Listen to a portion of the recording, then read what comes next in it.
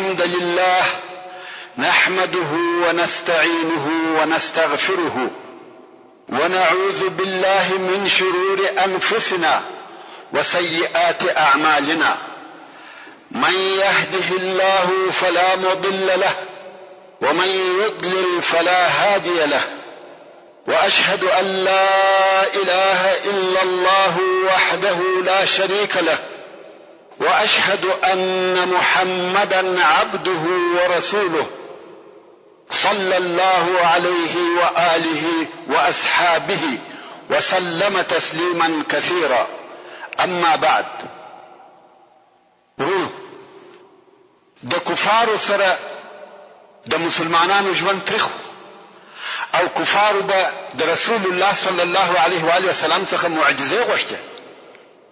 همیشه به ورته ویل تا خو موږ ته هیڅ شی نه دی راښکاره کړی، لږ تر لږه تو خو یوه معجزه موږ ته راښکاره کړه چې د هغه په واسطه موږ ستا پر رسالت اقرار وکړو. رسول الله صلی الله علیه و آله وسلم وفرمایل که سپوږمۍ دوه ځایه سوه تاسې ایمان راوړئ؟ که ستاسې په حضور د الله عز وجل په اراده او زما په اشاره سپوږمۍ دوه ځایه سوه تاسې د الله عز وجل او زما پر رسالت ایمان راوړئ؟ کفار ویل هو. نو د 15 په شپه چې سپوږمۍ پوره او کامله وي د دغه معجزې وعده سره وکړه. د 15 په شپه رسول الله صلی الله علیه و آله وسلم په مینا کې تشریف درلود او قریش هم د معجزې د لیدلو لپاره سره راټول شوي وو. رسول الله صلی الله علیه و آله وسلم سپوږمۍ ته اشاره وکړه چې دوه ځایه سي او سپوږمۍ هم د رسول الله صلی الله علیه و آله وسلم په اشاره دوه ځایه سوه چې په عربي کې شق القمر ورته وایي. سپوږمۍ دوه ټوټې سوه، یوه حصه یې د غره و یوه طرف ته ولاړه او بله حصه یې د غره و بل طرف ته. د سپوږمۍ د دوو حصو په مابین کې غر راغلی. کفار ورته ګوري، دا معجزه یې هم ولیده، بیا یې هم ایمان نه راوړي او ویل یې ته ساحر یې. منکره کفار تر دغه زیات څه شي غواړي، خو بیا هم حق ته سحر وایي. الله عز وجل د سورة القمر په اولنی آیاتو کې فرمایي اقتربت الساعة وانشق القمر، قیامت را نږدې سو او سپوږمۍ دوه ځایه سوه. وإن يروا آية يعرضوا ويقولوا سحر مستمر. کدغه کفار د الهي قدرت یو دلیل وویني مخ ځینې واړوي او وایي چې دا پخوانی قوي سحر دی. وكذبوا واتبعوا أهواءهم وكل امر مستقر. او دوی حق درواغ بولي او د خپل خواهشاتو متابعت کوي او هر کار پر خپل وخت کېدونکی دی. یعنی د دوی عذاب هم پر خپل وخت ورته راتلونکی دی. د دوی هلاک چې الله عز وجل په خپل علم کې ورته ټاکلی دی شا او مخته نه کېږي، پر خپل وخت به ورته راسي. دغه شق القمر لو حادثه او نادره معجزه ده. رسول الله صلی الله علیه و آله وسلم خپل رسالت ورته ثابت کړي، مګر کفار بیا هم ایمان نه راوړي. د تاریخ ډېر علما لکه ابن کثیر او داسې نور وایي چې عربو به په دغه واقعه سره تاریخ شوی. موږ د مخه هم درته ویلي وه چې عربو جنترین نه درلوده او کم وخت چې به یوه لویه واقعه پیښه سوه په هغه سره به تاریخ شوی چې تر فلاني واقعې دونه کاله د مخه یا دونه کاله وروسته فلانی کار وسو. او د دغه لویو واقعو څخه کوم چې عربو تاریخ په شوی د فجار جنگونه وه، د فیل کال وو او دغه شق القمر وو. حتی په هندوستان کې هم دغه شق القمر ولیدل سو. ډیرو خلقو په ډیرو ځایونو کې دغه شق القمر ولیدي.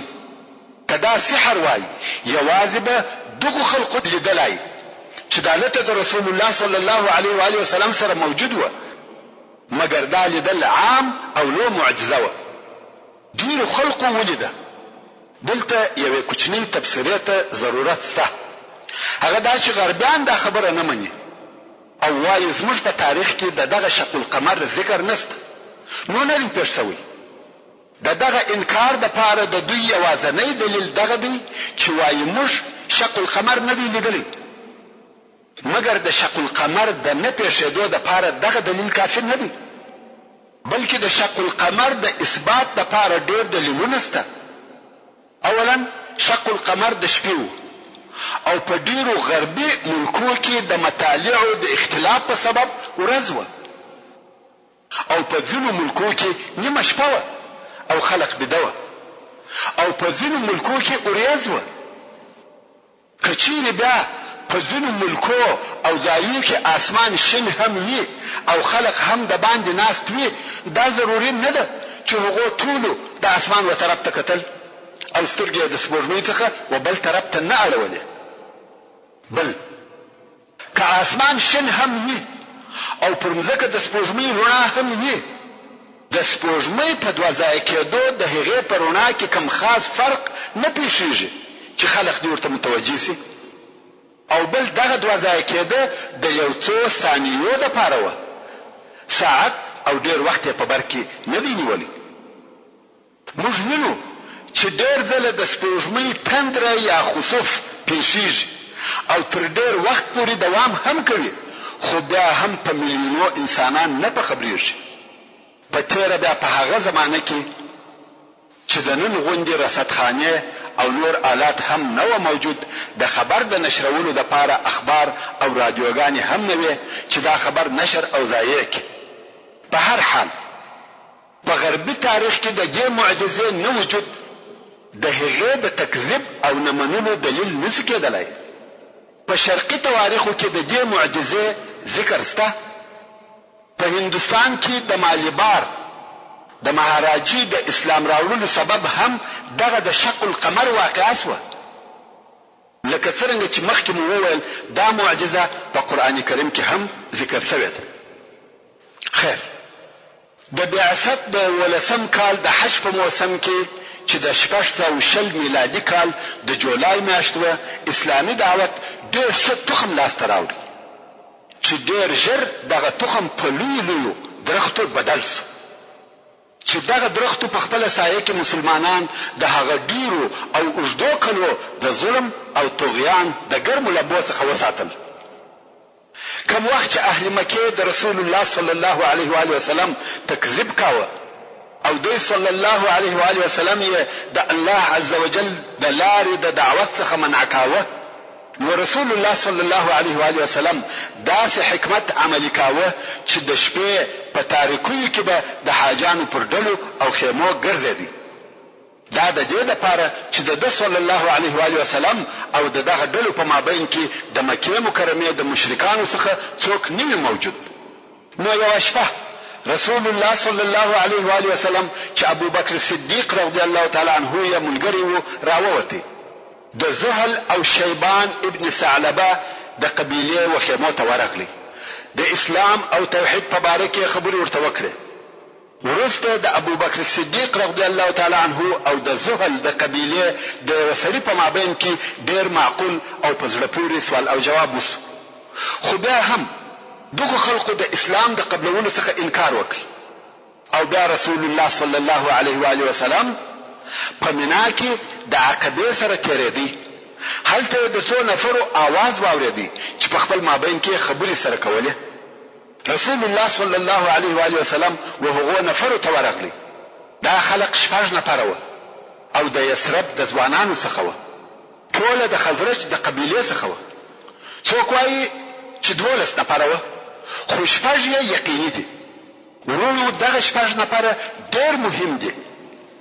دغه نفر د اسلام هغه صالح تخم دی او د دغه نفرو نمونه داسې دي: اسعد ابن زراره چې د بني نجار څخه و، عون ابن الحارث ابن رفاعه ابن عفراء چې د بني نجار څخه و، رافع ابن مالک ابن عجلان چې د بني زريق څخه و، قطبه ابن عامر ابن حديده چې د بني سلمه څخه و، عقبه ابن عامر ابن نابي چې د بني حرام څخه و، جابر ابن عبد الله ابن رئاب چې د بني عبید ابن غنم څخه و. د اهل یثرب لوی خوشبختي دا وه چې دوی به د مدینې منورې د یهودو څخه اورېده چې یو نبي د نبیانو په دغه اوس وختو کې مبعوث کیږي. هغه به راووځي او موږ به متابعت وکړو او بیا به د هغه نبي په ملګرتیا موږ تاسې داسې ملکو لکه د عادیانو او سمودیانو وژنه. خیر، رسول الله صلی الله علیه و آله وسلم و دغه نفرو ته ورغلی او ویل تاسې څوک یاست؟ هغه ویل د خزرج د قبیلې څخه یو. رسول الله صلی الله علیه و آله وسلم وفرمایل نه کښېنئ چې څه خبرې درته وکړم؟ هغه ویل هو کښېنو.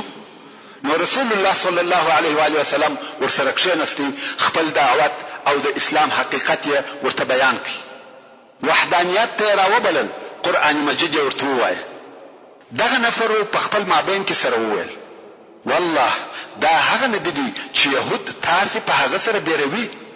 کوشش وکړئ چې یهود تر تاسې د مخه نسی، د ده دعوت قبول کړئ او مسلمانان سي. که یهود په اسلام راوړلو کې تر موږ د مخه سوه، هغه به راسره وکړي چې دوی وایي.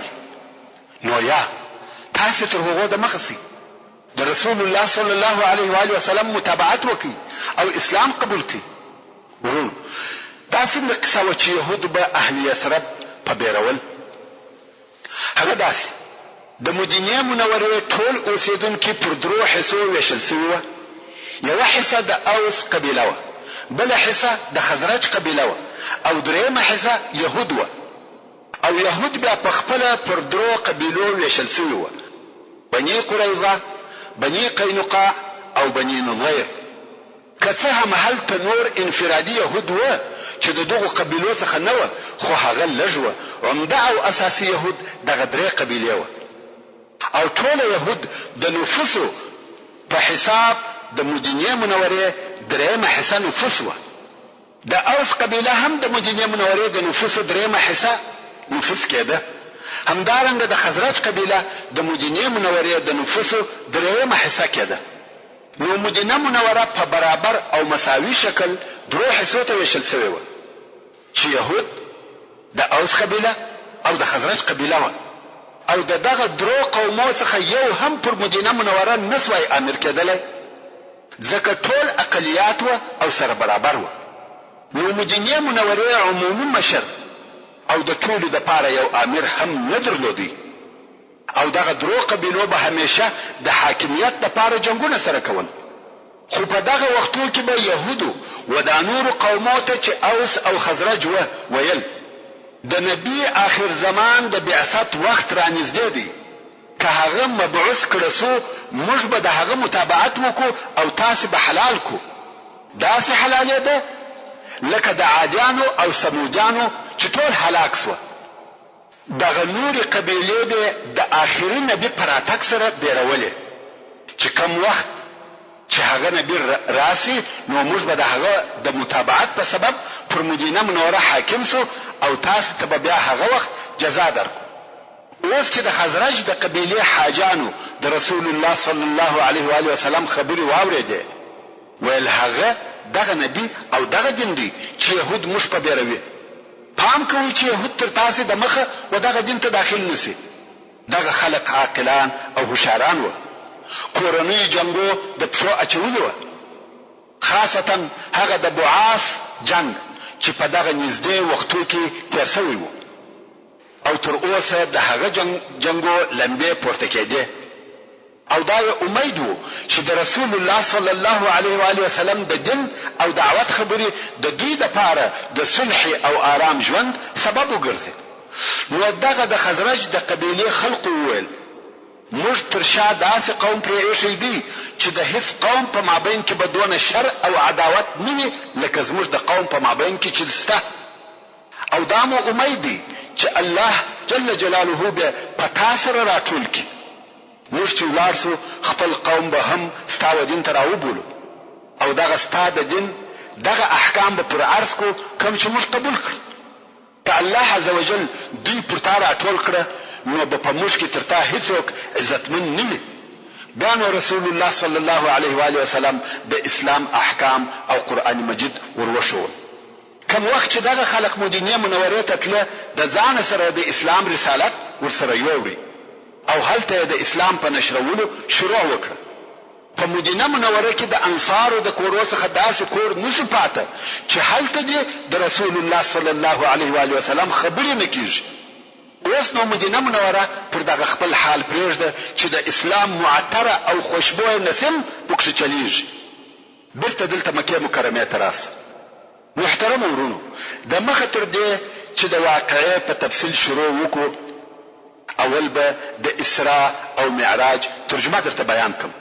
د علماو په اصطلاح د مکې مکرمې څخه تر بیت المقدس پورې دغه سفر ته اسراء ویل کیږي، او بیا د هغه ځای څخه تر سدرة المنتهى پورې تګ او سیاحت ته معراج ویل کیږي.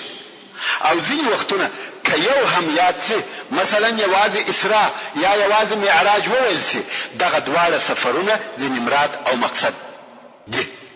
او اوس قصې ته متوجه سي.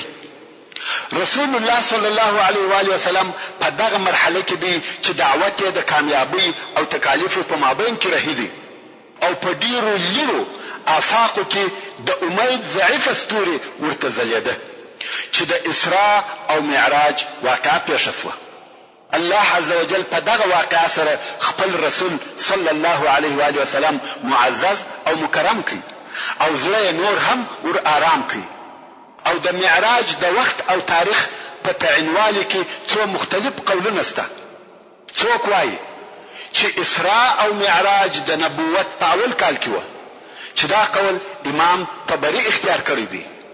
څوک وایي چې دغه واقعه تر بعثت 15 کاله وروسته و، چې امام نووي او امام قرطبي ودغه قول ته ترجیح ورکوي. څوک وایي چې اسراء او معراج د بعثت د 10 کال د رجب د میاشتې د 28 په شپه و، چې دا قول علامه منصور پوری اختیار کړی دی. څوک وایي چې 14 میاشتې د مخه تر هجرت و، یعنی د بعثت د 12 کال د روژې په میاشت کې و. څوک وایي چې 1 کال او 2 میاشتې تر هجرت د مخه و، یعنی د بعثت د 14 کال د محرم په میاشت کې و. څوک وایي چې 1 کال تر هجرت د مخه و، یعنی د بعثت د 14 کال د ربيع الاول په میاشت کې و. اول درې قوله خو په دې سبب نه دي صحیح چې خدیجه رضی الله تعالی عنها د بعثت د 10 کال د روژې په میاشت کې وفات شوه، او د دې رضی الله تعالی عنها وفات د مخه تر هغه وو چې 15 منځونه فرض سي. او په دې کې د علماو هیڅ اختلاف نشته چې 15 منځونه د معراج په شپه فرض شوه. نو معلومه خبره ده چې معراج د دې تر وفات او د بعثت تر 10 کال وروسته دی. پاتې شوه درې آخر قولونه. د هغو په باره کې داسې دلیل نشته چې یو قول دی تر هغه نورو راجح او افضل کی، خو فقط د آیات شریف سیاق پر دې دلالت کوي چې اسراء او معراج ډېر وروسته پیښ شوي دي. او دغه معراج د رسول الله صلی الله علیه و آله وسلم په ژوند کې هغه لویه واقعه ده.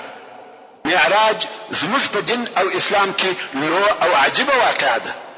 او دغه معراج د دې سبب دی چې موږ بیت المقدس مقدس بولو. او د بیت المقدس په باره کې د الله عز وجل دا قول نازل شوی دی چې د سورة بني اسرائیل په شروع کې فرمایي: سبحان الذي أسرى بعبده ليلا من المسجد الحرام إلى المسجد الأقصى الذي باركنا حوله لنريه من آياتنا إنه هو السميع البصير. يعني پاکده هغه ذات لره چې به ولی یو بنده خپل محمد صلی الله علیه و آله وسلم د شپې په یو حصه کې د مسجد الحرام څخه تر مسجد الاقصی پورې. هغه مسجد اقصی چې موږ د هغه شاوخوا برکتناکه کړی ده.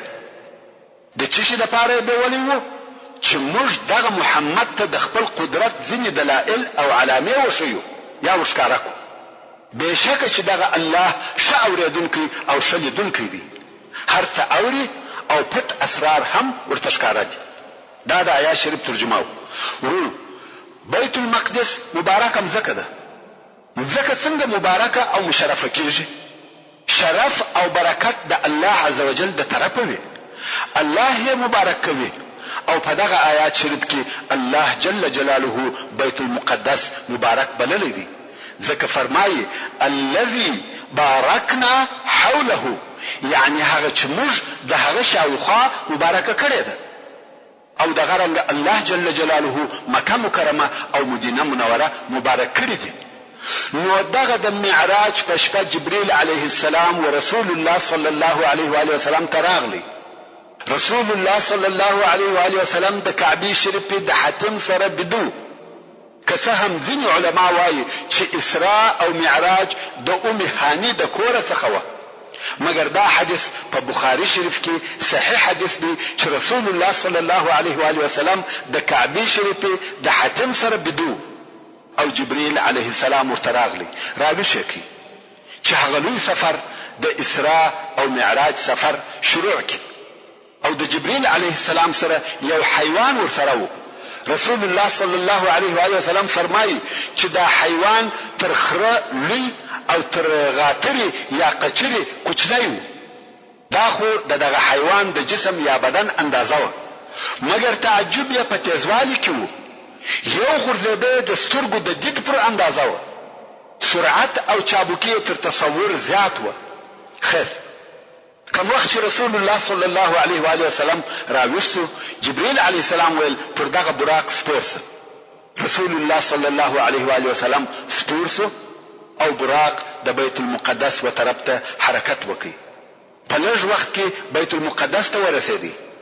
رسول الله صلی الله علیه و آله وسلم و مسجد اقصی ته ور داخل شو. هلته یو عجیبه اجتماع ولیده. الله جل جلاله هلته د رسول الله صلی الله علیه و آله وسلم د پاره ټول انبیا او رسولان را جمع کړي وو. علماء کرام د انبیاء او رسولانو په عدد او شمیر کې مختلف قولونه لري. څوک د ټولو انبیاء او رسولانو علیهم السلام شمیر 1,40,000 زیات او کم پکښې بولي. څوک وایي د رسولانو عدد 300 دي او د انبیاء عدد 40,000 دي. نور قولونه هم شته. مقصد دا چې په دغه مبارکه شپه کې الله جل جلاله ټول انبیاء او رسولان علیهم السلام په دغه لو او مبارکه ټولنه او اجتماع کې را جمع کړي وو. ابراهیم، نوح، موسی، عیسی علیهم السلام ټول انبیاء په مسجد الاقصی کې سره یوځای شوي وو. د مځکې پر مخ کم ځای دی چې د ټولو انبیاء علیهم السلام په اجتماع دی مشرفه شوي وي.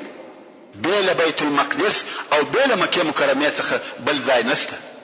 کعبه شریفه ته ټول انبیاء د حج لپاره راغلي دي. رسول الله صلی الله علیه و آله وسلم فرمایي الانبیاء قد حجوا بیت الله الحرام، یعنی ټول انبیاء علیهم السلام د بیت الله الحرام حج کړی دي. او بیت المقدس هم هغه ځای دی چې ټول انبیاء په دغه شپه دلته سره جمع شوي دي، چې دا اجتماع بیا هیڅ وخت او په ټول تاریخ کې نه ده تکرار شوی او په هیڅ ځای کې د بل وار دپاره ټول انبیاء نه دي سره جمع شوي بوله بیت المقدس او مسجد اقصی څخه. او دا ټول انبیاء او رسولان علیهم السلام د نبی آخر زمان جناب رسول الله حبیب الله سرور کائنات محمد مصطفی صلی الله علیه و آله وسلم و استقبال او شراغلته راغلی و. انسان د دې منظر او مشهد خیال او تصور هم نشي کولای. ټول انبیاء او رسولان و سرور کائنات سردار کونین ته راغلي دي. صف صف قطار قطار ولاړ دي او شراغلی ورته وایي. دا څونه مبارکه اجتماع ده. سعدي صاحب وایي بلغ العلا بكماله كشف الدجى بجماله حسنت جميع خصاله صلوا عليه وآله. او بیا بل ځای وایي چی غم دیوار امت را کدارد چون تو پشتیبان، چی باک از موج بحر آن را که باشد نوح کشتیبان. او بیا نو رسول الله صلی الله علیه و آله وسلم دغه ټول انبیاء امامت کوي و دغه ټول انبیاء علیهم السلام ته سید الاولین والآخرین سید البشر سرور کائنات محمد مصطفی صلی الله علیه و آله وسلم لمنذ ورکوي. دا هغه لوی عظیم او لوړ شرف دی. تر دې به بل شرف چیرې وي چې د امتو د امامانو امام دې سي. امامي رسول پیشوای سبیل، امینی خدا محبت جبرائیل. او همدارنګ د قیامت په ورځ چې د هر امت څخه شاهد راوستل سي، یعنی د هر امت نبی به پر خپل امت شاهد وي، او محمد صلی الله علیه و آله وسلم به بیا پر هغه انبیاء شاهد وي. دا هم د خیر البشر سرور کائنات محمد مصطفی صلی الله علیه و آله وسلم عزت او کرامت دی. دا اجتماع هغه لو او معظمه اجتماع و، وانبیاء علیهم السلام ته د رسول الله صلی الله علیه و آله وسلم لمنځ او امامت وو چې بیا د اسلام په تاریخ کې نه دی مکرر شوی. کوم وخت چې رسول الله صلی الله علیه و آله وسلم د لمانځه څخه فارغ شو، جبرئیل علیه السلام دوه لوښي یا دوه ګیلاس ورته راوړه چې په یو کې شیدې او په بل کې شراب و. رسول الله صلی الله علیه و آله وسلم هغه د شیدو لوښي واخیستی. جبرئیل علیه السلام ورته وویل وسمې لارې ته لارښوونه او هدایت درته سوی دی، یعنی دا چې شراب دې نه واخیسته الله جل جلاله سمه لار درښولې ده او امت ته هم وسمې لارې ته رابللی دی. په دغه خبره کې د جبرئیل علیه السلام د طرفه ودې ته اوله اشاره ده چې شراب بد او خبیث شی دی. که څه هم تر دغه وخته په اسلام کې شراب نه و منع سوی، خو رسول الله صلی الله علیه و آله وسلم هیڅ کله نه شراب څښلی و او نه څښلی دی، نه د مخه تر بعثت او نه وروسته تر بعثت. تر دغه لمانځه او د انبیاء علیهم السلام تر ملاقات وروسته معراج راوړسو. د معراج وصف او تعریف وموږ ته نه دی سوی. هلته په کتابو کې هم صحیح تعریف او صحیح دلیل نشته چې معراج څه شی دی. دوی له دې څخه چې عرب د معراج لفظ د زینې دپاره استعمالوي، یعنی عرب و زینې ته معراج وایي. نو معراج یو قسم زینه ده، خو که دلته معراج د زینې په معنا سي نو داسې زینه ده چې بشر یې نه پیژني، یوه خاصه زینه ده چې د هغه په حقیقت بشر نه پوهیږي او نه پوهېدلی سي. نو دغه معراج چې د هغه حقیقت موږ ته نه را معلومیږي و رسول الله صلی الله علیه و آله وسلم ته کښېښول سو، او رسول الله صلی الله علیه و آله وسلم په دغه عجیبه او غریبه زینه کې وختې چې په څو لحظو کې رسول الله صلی الله علیه و آله وسلم و اول اسمان ته ورسېدی. دغه مسافه چې تر قیاس لوړې او تر حساب تیرې دي په څو لحظو کې طی سوې. ورونو موږ د دغه کون نه په لویوالي خبر یو او نه د دغه لیرو مسافو اندازه راته معلومیږي. موږ ته د کون او د هغه د پراخوالي په باره کې هیڅ معلومات نشته. موږ انسانان که غربیان دي که شرقان چې هر څه پر له اوړي او را اوړي دا ټوله د کون یو جز دی. د نن ورځې د کون علما موږ ته د کون مسافه په ضوئي کال سره راښیي. موږ د مځکې مسافه په کیلومترو سره بیانوو، خو بالمقابل کون دونه پراخه دی چې په کیلومترو یا نورو اندازو سره نشي ښوول کېدلی. نو د کون علماو د کون د مسافې د اندازه کولو دپاره ضوئي کال ایښی دی. ضوئي کال څه شی دی؟ ضوء یعنی رڼا او روښنایي، لکه د لمر رڼا یا شعاع. نو ضوئي کال و هغه مسافې ته ویل کیږي چې هغه مسافه په یو کال کې روښنایي طی کولی شي. اوس نو که زه وغواړم چې د ضوء یا روښنایي سرعت یا چابکي در وښیم نو به داسې درته ووایم چې د لمر روښنایي د لمر څخه بیا تر مځکې پورې په 8 دقیقو کې را رسیږي. موږ داسې نشو ویلی چې لمر د مځکې څخه 100 کیلومتره لرې دی، بلکې موږ وایو چې لمر د ضوئي کال په حساب د مځکې څخه 8 دقیقې لرې دی. نو د هغه مسافې د لرېوالي دپاره څه فکر کولی سي چې هغه په یوه ضوئي کال کې طی کیږي.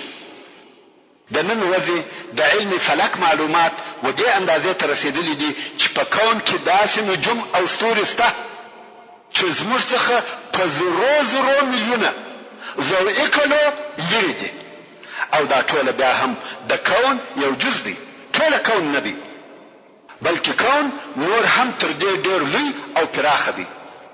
دغه سفینه یا اپولو چې په ذات لېږل کیږي د دې تګ او سرعت په یو ساعت کې تر 3000 کیلومتره زیات دی. که دغه اپولو یا فضایي سفینه په دغه خپل سرعت رهي 3 کاله په بر کې نیسي چې هغه نږدې ترین کوكب ته چې موږ ته تر ټولو کواکب او نجوم را نږدې دي ورسیږي. هغه تر ټولو تیزه او تر ټولو چابکه سفینه یا اپولو چې بشر جوړ کړی ده هغه پس له 3 کلو څخه هغه نږدې ترین ستوري ته رسیږي.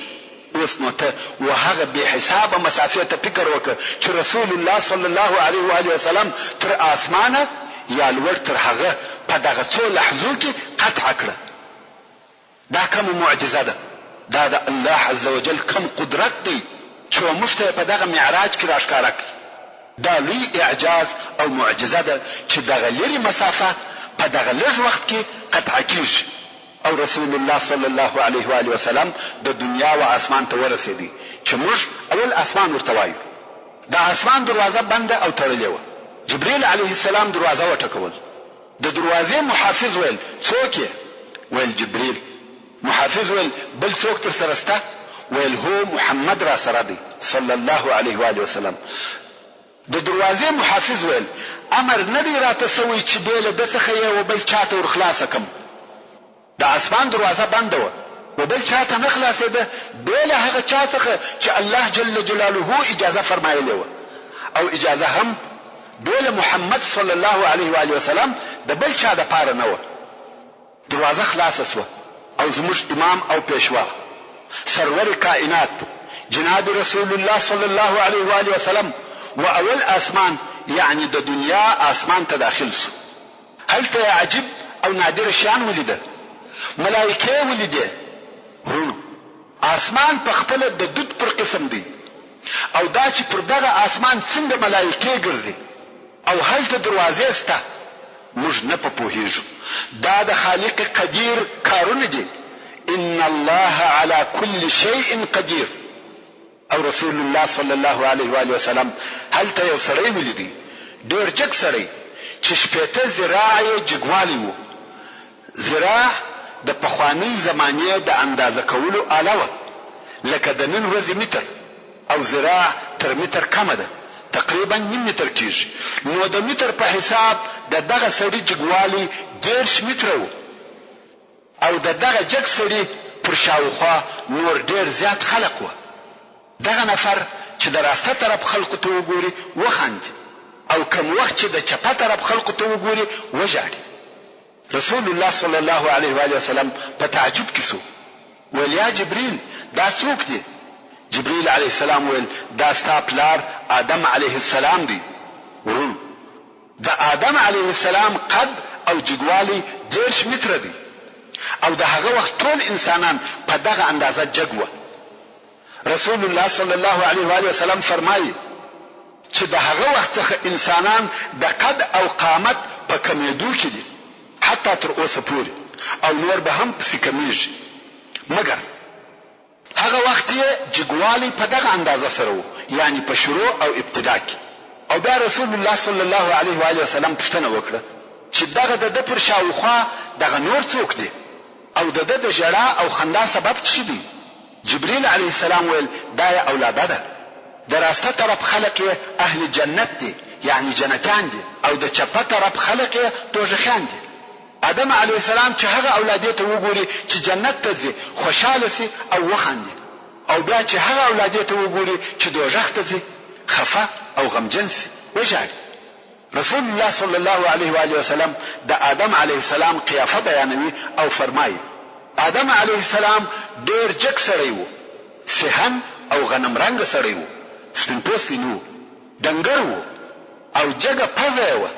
نو د آدم علیه السلام د شکل او قیافه تعریف داسې سو جګ دنګر سهن او غنم رنګ سړی دی. او دلته په دغه اول اسمان کې رسول الله صلی الله علیه و آله وسلم نور ډېر عجب شیان ولیده چې د هغې جملې څخه خلق ولیده چې په یو لو والکی او بازی کوي. ځینې علما وایي دغه والد د وینو و د اوبو په عوض وینې پکښې بهېدلې. دغه نفر به په دغه وینو کې او بازی کول څو په ډېره ستړیا به د ولې وغاړې ته ورسېده او د ستړیا په سبب به خولې وازې نیولې وې، خو دلته به ملایکو پر مخ په ډبرو ویشتل، حتی مخان به زخمی سوه او وینې به ځینې بهېدې او بیرته به په اوبازي هغه بل طرف ته رهي سوه، خو هلته بیا دغه د ډبرو وارونه پر کېده. رسول الله صلی الله علیه و آله وسلم په تعجب کې سو، ویل یا جبريل دا څوک دی؟ جبريل علیه السلام ویل دا هغه خلق دي چې د یتیمانو مال یې خوري. ورونو هر هغه څوک چې د یتیمانو مال خوري پس له مرګه به په عالم برزخ کې د قیامت تر ورځې دغه عذاب ورکول کیږي او بیا یې په قیامت کې جزا د دوزخ اور دی.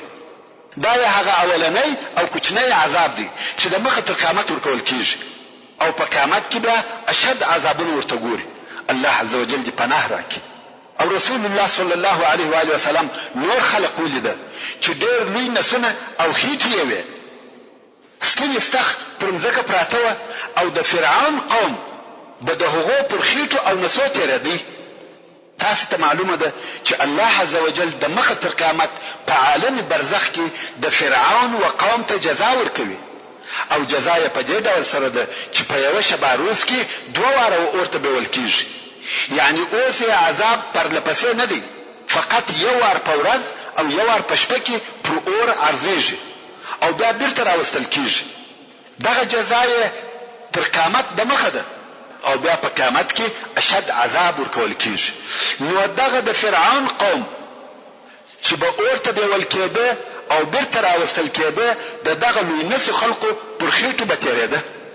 رسول الله صلی الله علیه و آله وسلم پوښتنه وکړه، ویل یا جبريل دغه څوک دی؟ جبريل علیه السلام ویل یا رسول الله دغه لوی نسي خلق سود خورونکي دي، هغه چې په دنیا کې سود کاوه او ربا یې خوړله، او هغه کسان چې د دوی پر نسو تیریږي هغه د فرعون قوم دی چې 2 واره عذاب ته بیول کیږي. خو د تګ او راتګ لارې دغه د سود خورونکو نسونه دي، هغه چې په دنیا کې به معاملې په سود او ربا سره کولې. ورونو هغه کسان چې سود او ربا کوي هغه بد او حرام کار کوي او الله عزوجل دغه خلقو ته د جزاء او تهدید په ډول سره د سوره البقره په 209 نمبر آیات کې فرمایي فاذنوا بحرب من الله ورسوله، یعنی تاسو د الله عز وجل او رسول الله صلی الله علیه و آله وسلم د جنگ د پاره ځانونه تیار کړئ. هغه څوک چې سود او ربا کوي هغه ته به د قیامت په ورځ وویل سي چې اسلحه دې در واخله. سود خورونکی به وایي د چیش دپاره؟ وایي د الله عز وجل سره د جنگ دپاره. او هغه څوک چې د ربا مال خوري هغه به د قیامت په ورځ د پیریاني او میرګاني سړي په شکل راپورته کیږي. او دا هم تاسو ته معلومه ده چې پیریاني او میرګاني پر لارو نشي تلای. سود خورونکی انسان دغه ټول تکالیف او د قیامت عذابونه د دې لپاره قبلوي چې یو 15 پیسې په دغه نابوده او بې بقا دنیا کې وګټي، او هغه هم بیا وداسې چاته ځینې پاتې وي چې یې په شو یادوي. خیر د جزئی او فانی ګټې لپاره لو او ابدي ګټه د لاس ورکوي. او بیا رسول الله صلی الله علیه و آله وسلم داسې خلق ولیده چې د هغو سره وراسته او بدبویه خواړه ورسره وه، ډېر بد بوی تلی، خو په عین وخت کې نور پاک تازه او خوشمزه خواړه هم ورسره وه، مګر دغه خلقو هغه پاک تر او تازه خواړه پرېښول او هغه بدبویه وراسته خواړه یې خوړل. رسول الله صلی الله علیه و آله وسلم په ډېر تعجب کې سو، څوک دی چې ښه او تازه خواړه پرېږدي او بدبویه وراسته نجس خواړه خوري؟ نو ویل یا جبريل دا څوک دی؟ جبريل علیه السلام ویل دا زناکار دی، هغه زناکار چې حلاله او پاکه زوجه به پرېښول خو خبيث او نجس ناروا ته به رجوع کول. رسول الله صلی الله علیه و آله وسلم دلته په اول اسمان کې ډېر شیان ولیده او بیا یې د اول اسمان څخه و دوهم اسمان ته د جبريل علیه السلام په ملګرتیا تشریف یوړي. هلته هم نور ډېر عجیب شیان ولیده چې پر هغو سربیره 2 مشرف او معزز انبیا هم ولیده چې یو عیسی علیه السلام او بل یحیی علیه السلام وو. دواړه ځوانان او الله عز وجل ته مقرب انبیا وو. رسول الله صلی الله علیه و آله وسلم د عیسی علیه السلام د شکل او قیافه وصف داسې بیانوي. عیسی علیه السلام پرنګ سور و، یعنی د مخ رنگ یې د سپینواله څخه وسروالي ته مایل و، نه جګ او نه ګردی و، یعنی مینقده و. پر مخ یې ډېر خالونه درلوده. کم وخت چې به سر وښوراوه ستا به داسې خیال سو چې د وریښتانو څخه یې اوبه څڅېږي، یعنی وریښتان یې لکه لانده داسې معلومېده، که څه هم هغه به نه ولانده. دا د عیسی علیه السلام وصف او شایست دی چې رسول الله صلی الله علیه و آله وسلم یې وموږ ته بیانوي. او بیا رسول الله صلی الله علیه و آله وسلم ودریم آسمان ته تشریف یوړي. هلته یوسف علیه السلام ولیدي.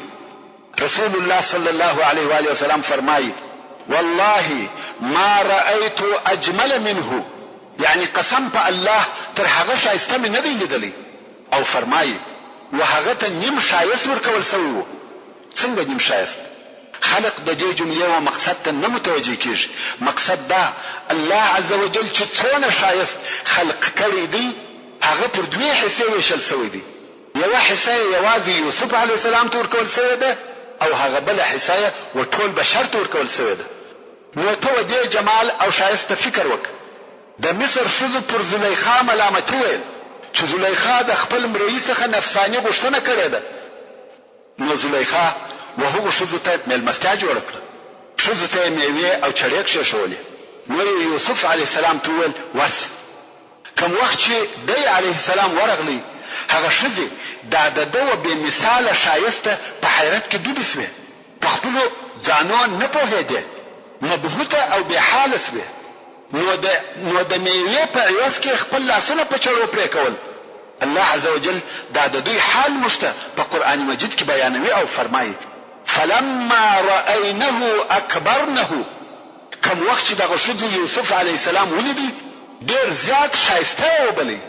وقطعن ایدیهن، او پرله پسې خپل لاسونه پرې کول.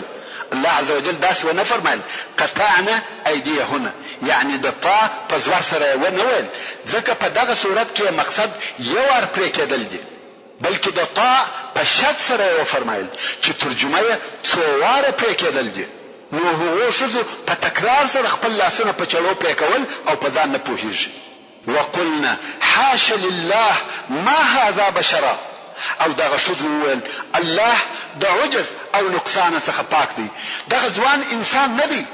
ان هذا الا ملک کریم. نه دی دغه ځوان مگر ملائکه مکرمه.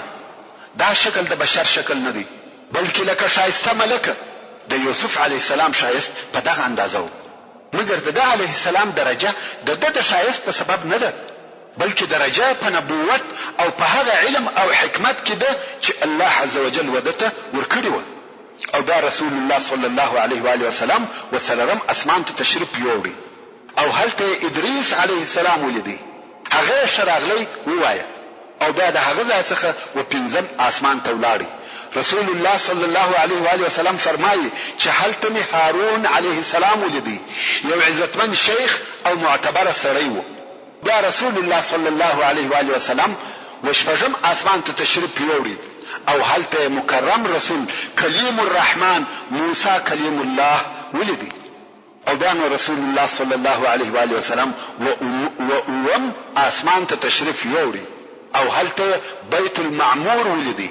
بیت المعمور د اهل سما کعبه ده، لکه څنګه چې زموږ د مځکې د انسانانو د پاره کعبه سته، لمونځ ورته کوو، طواف پر کوو، همدارنګه د اهل سما د پاره کعبه سته چې بیت المعمور ورته ویل کیږي. او الله جل جلاله دغه بیت المعمور د سوره الطور په 3 نمبر آیات کې ذکر کړی دی. رسول الله صلی الله علیه و آله وسلم دغه بیت المعمور په باره کې فرمایي د ورځې او یا زره ملکی طواف پر کوي او هغو ملائکو ته بیا د قیامت تر ورځې بل نوبت نور رسیږي. هر ورځ نور نوی او یا زره ملکی د طواف د پاره ورته راځي. وما يعلم جنود ربك الا هو. دا د الله جل جلاله مخلوق او لشکره په خپل الله جل جلاله تور معلوم دي. او دغه اوم اسمان په ملائکو ډکو. او ټول ملائکه د الله جل جلاله په عبادت مشغوله وي څوک پر سجده څوک پر رکوع او چا تسبیحات ویل رسول الله صلی الله علیه و آله وسلم فرمایي چې په دغه اوم اسمان کې یو لويش ځای نه مگر هلته ملکه او الله عز وجل ته سجده یا عبادت کاوه او رسول الله صلی الله علیه و آله وسلم فرمایي دلته یو سړی ولیدي چې بیت المعمور ته تکیه کړی و او هغه سړی تر هر چا دغه ستاسي د ملګری سره مشابه وو ستاسي ملګری د لفظ څخه د رسول الله صلی الله علیه و آله وسلم خپل ځان مقصد وو یعنی هغه سړی په رنگ او شکل کې زما مشابه وو.